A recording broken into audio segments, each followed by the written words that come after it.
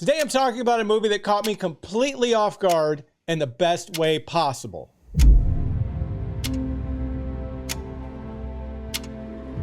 The Life of Chuck is a life-affirming story that's told in reverse order and might be the most beautiful story Stephen King has ever written.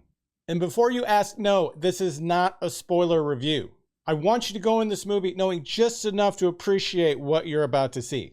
So I saw this movie a couple of weeks ago. I got the press notes 2 months before that, and I didn't look at them at all. I didn't want to know anything about this movie. The trailer made it look mysterious. The flow of the movie, it was really confusing. I didn't know what it was about, but I do have to tell you, this is not a horror movie. This is not a horror movie. You guys see Stephen King's name attached to it. This is based on a short story he wrote, adapted by Mike Flanagan.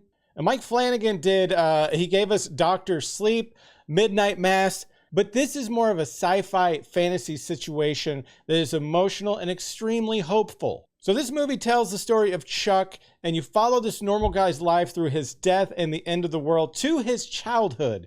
That's right. This movie is told in reverse order. You start at the end. So the characters at the center of this story is Chuck Krantz, played by Tom Hiddleston. This movie kicks off with what seems like a normal story about a teacher trying to navigate a normal day during a global catastrophe, which we can kind of relate to right now. And here's what's really interesting. Flanagan was able to capture the weight of the world impacting these characters, but still found a way to create genuinely funny and sweet moments. It's a perfect balance that shouldn't work, but it absolutely does. As you go through this reverse engineered story of Chuck, you'll see how Stephen King and Mike Flanagan masterfully wove these three acts together. So this movie leans heavily into the universal language of math, joy, and love.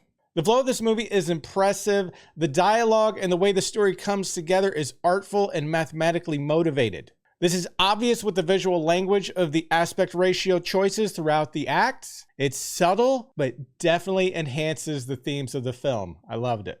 One big thing I noticed in this movie is this is a true legacy film for Mike Flanagan.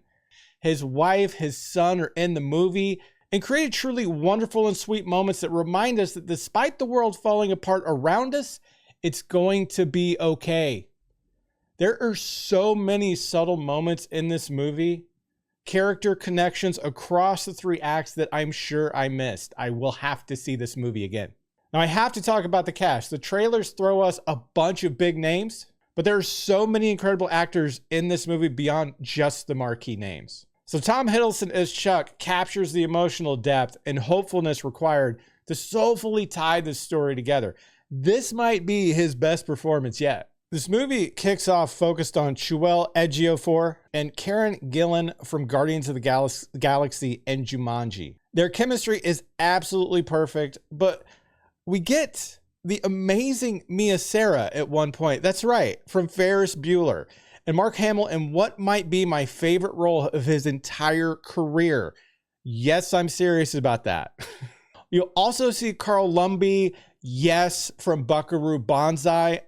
He has over 150 movie credits, but that one stands out to me. The wonderfully weird David Dastmalchian, Harvey Gillen from What We Do in the Shadows, and Matthew Lillard from Hackers. Every single person in this cast serves the story perfectly.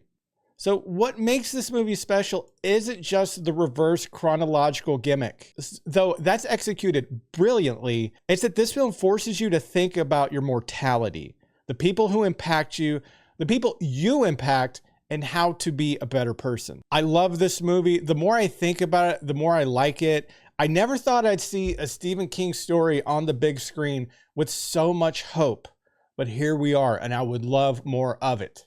I don't want to give away any more about this movie, so my final verdict, should you skip it or should you see it? You should definitely see this movie.